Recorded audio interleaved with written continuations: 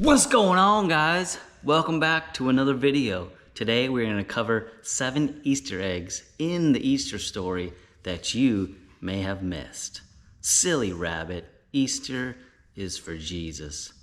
Jesus' crucifixion was and still is the most impactful event in history from one single man.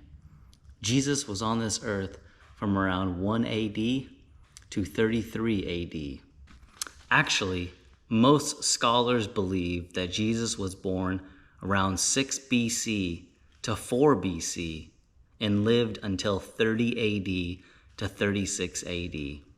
While getting the exact date might be helpful, let's not get hung up on the exact details. The fact is that Jesus was and still is a real person who lived on this earth and now resides at the right hand of God. From one single event with one single man, we get our current calendar and time. What an impactful event. So whether you're a believer or a skeptic, let's get it. My name is Jay, and let's carry on. Number 1, Jesus took Peter, James, and John to pray, then carried on a little further by himself to pray. When he came back, they were asleep. The spirit is willing, but the body is weak. He did this 3 times, and all 3 times they were asleep. This is a foreshadowing of what happens next in the story. When Jesus tells Peter that you will deny me 3 times.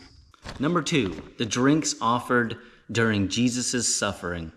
The first drink Mark describes as wine mingled with myrrh, Mark 15:23. It's important to understand the significance of each drink. The first drink was offered on the road by the soldiers prior to the hanging and was known to decrease pain. After tasting it, Jesus refused to drink. Jesus made it clear that he wanted to fully endure all the pain and suffering that crucifixion brought. The second wine was offered by someone in the crowd. Mark 15:36 reads, "And someone ran and filled a sponge with sour wine, put it on a reed, and gave it to him to drink, saying, 'Wait, let's see whether Elijah will come to take him down.'" But there is a deeper meaning to this drink right before he breathed his last. This was the one that Jesus asked for. He said, "I am thirsty." People standing by used a branch dipped in sour wine and held it up. But it wasn't just an ordinary branch. This was a limb from a hyssop plant. A hyssop plant is just a small plant ranging 1 to 2 feet high. So how could this little plant have a significant meaning? But this is where it gets interesting. In the Bible, the first mention of the hyssop plant appears in Exodus 12:23. This plant was used to paint blood on the doorways and protect God's people from the judgment he was bringing upon Egypt. But that's not all. The Old Testament has 2 shout-outs on how cleansing was performed by hyssop plants. First in Leviticus chapter 14, verses 4 and verses 50 and 51, and also in the book of Numbers 19, 2 through 6. In both of these books, the hyssop plant with other items were used for deep cleansing. So when Jesus was dying on the cross, this was the final sacrifice for mankind, and it represented a deep cleansing for all humans' sins. His last words confirmed this when he said, "It is finished." Number 3, the Lord shook the earth. An earthquake really did happen when Jesus died. The rock split open. The Lord shakes the earth when it's an important event. The Lord shook the earth when he presented the moral law in the form of the 10 Commandments to Moses. Number 4, Jesus passing away at 3 p.m. in the afternoon. It's believed that the Jewish tradition would sacrifice a lamb at 3 p.m. in the afternoon. Number 5, the Bible mentions Jesus was pierced through his hands and feet. But he probably wasn't pierced and hanging from his hands. It is believed that if the hands were pierced, it would not support the weight of his body. There are biblical mentions of how The hands and wrists could be translated from the same word. But I want to focus on Matthew 22:13 because it was written in the same language and time. During an arrest, it reads, "Bind his hands and feet." A handcuff on the hands would not work. Arrests are made handcuffing the wrists. Number 6, the veil torn when Jesus died. The tearing of the veil on the surface represents that we can come to Jesus directly.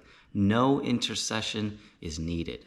Most scholars agree that this symbol is intended for all humans. But some scholars believe it was intentionally directed to the Jews. The Jews' hearts were hardened. They did not accept Jesus as the Son of God. And this act of Jesus' death, tearing the veil that separated the Holy of Holiest rooms, might be understood as Jesus softening the Jews' hearts. How do you guys read it? Leave your comment down below. Number 7. The 7 sentences Jesus said while he was on the cross. Father, forgive them, for they do not know what they're doing. Truly I tell you, today you will be with me in paradise. Woman, here is your son. My God, why have you abandoned me? I am thirsty. It is finished. Father, into your hands I commit my spirit.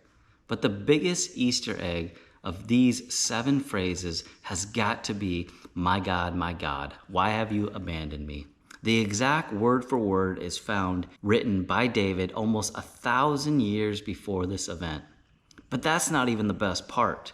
As you continue to read Psalm 22, verse 12 and 16, you can clearly see David is talking about the crucifixion of Jesus. But wait, there's more. Verse 12 describes these Bashan bulls, very aggressive bulls, as the symbol of the Jewish accusers and the Roman oppressors. This paints a picture of Jews and Romans surrounding Jesus at his death. But the story doesn't end there. Then I saw a lamb, looking as if it had been slain, standing at the center of the throne, encircled by the 4 living creatures and the elders. Surrounding the throne were 24 other thrones, and seated on them were 24 elders. Then I looked and heard the voice of many angels, numbering thousands upon thousands and 10,000 times 10,000. They encircled the throne and the living creatures and the elders. In a loud voice, they were saying, "Worthy is the Lamb who was slain to receive power and wealth and wisdom and strength and honor and glory and praise." So I hope this message encourages you today. Here you see that Jesus' death can be linked to his victory in the end. The story is already written, guys. The end is already written. All we need to do is repent and believe that Jesus is Lord. Thanks for watching, and we'll see you in the next one.